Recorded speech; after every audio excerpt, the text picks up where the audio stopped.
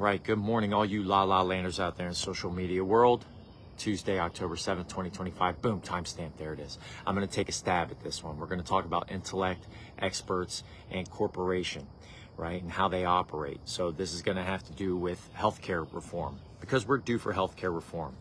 All right, we have a lot of momentum with prominent voices out there, and I'm going to explain that momentarily, where we know we live longer than we ever have, but we're sicker than we've ever been. And we know that a lot of products out there are harmful and toxic and very bad for us. The magnitude of which we are still discovering.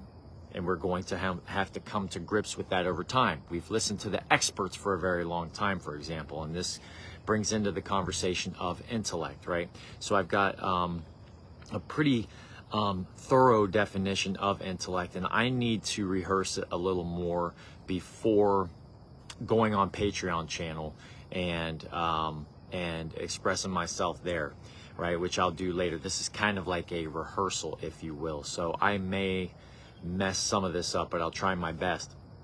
So you have a politician many years ago who says to the other party, perhaps that party should start listening to the experts and learn a little something, right? I'm not going to say who it was. It doesn't matter. Just imagine one person saying it to the other. Now, perhaps I could go to the Pentagon and listen to all the whiz kid experts out there, and maybe we wouldn't find ourselves in never-ending countless wars that Americans don't even realize they're in. Maybe I can go listen to the healthcare industry experts, and they can mislead one into understanding something about medications or products that they try to impress upon you, right? Maybe we wouldn't be sicker than we've ever been. And 1 in 2 Americans by the year 2030 would be diagnosed with some form of cancer in their life. Keeping in mind, we all make our own decisions and lifestyle choices, right? So we have to take full responsibility for what is becoming, because it is coming, folks. So we talk about these things with intellect, that being interdisciplinary, being able to engage in the world around you, right? Rationalize things, comprehend things, not from a myopic perspective, that which usually entails an expert's view, right? Not to say experts don't know how to wipe their own bottom, but that 9-year-old child who is considered a genius and brilliant because they can put together a Rubik's Cube in under 9 seconds, I want to check that kid for skid marks. Just because you can do that Rubik's Cube thing, or you're a chess grandmaster that can play against 10 people at the same time, your discipline is in one area. Now, there are many lessons, life lessons to be learned about the game of chess, right? So we can use that. Intellectuals are able to take what they've learned and apply it interdisciplinary, right? Which is basically what I'm getting at here. So you have a doctor, a head cardiologist who goes to, he's a British cardiologist, and he goes to a conference called Reform UK, and they're talking about reforming the healthcare industry and pharmaceuticals, and how pharmaceutical companies behave like psychopaths. They behave like corporations, right? In which a person has no capacity for expressing or experiencing guilt. They have a callous unconcern for the safety of others, and they deceive and manipulate at all costs for profit, right? This is according to Robert Hare, who is a forensic psychologist who worked for the FBI, and no, they weren't trying to understand the criminal mind to solve mysteries. They became the criminal themselves through this knowledge, this psychological knowledge, right? In my view, anyway. He wrote many books, and in one of his books, he described corporation as behaving like psychopaths, with psychopathy. And that definition that I just gave were his words. Okay?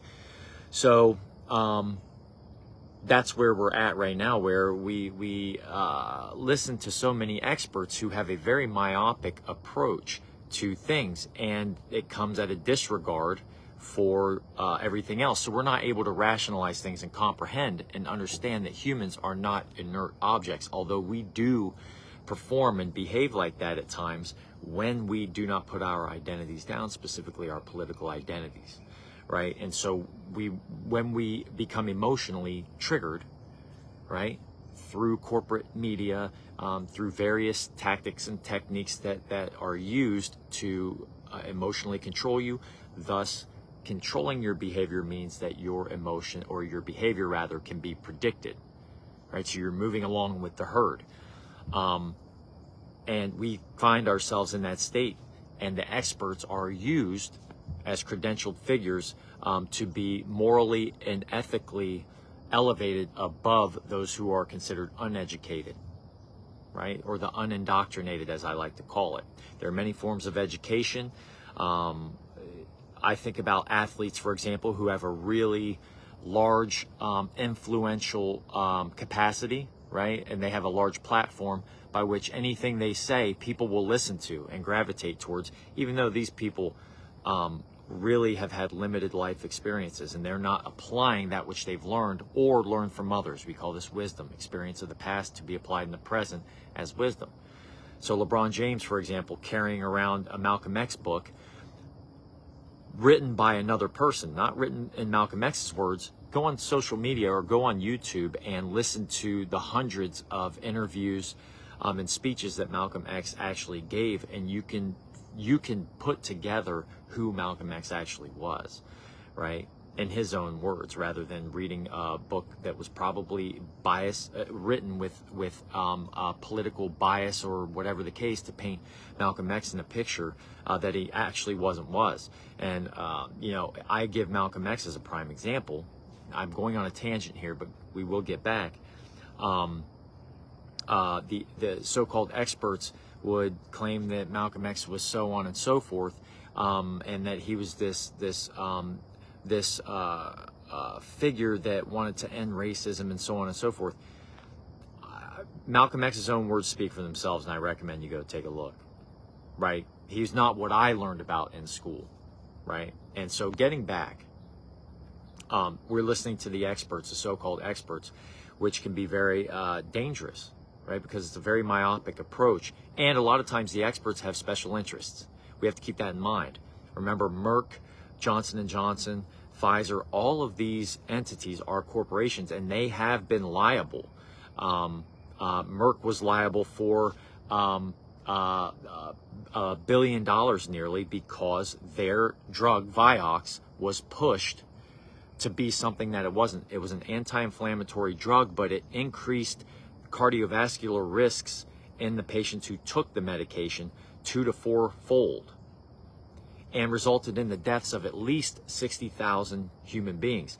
It's probably many more than that before the drug was taken off the market, right? It was the company deceived the population into taking a medication, right? This is the state that we're in. There were special interests. It was all about profit, and they will deceive at all costs for profit without any regard for the safety and health of others, and with an incapacity to express or experience guilt.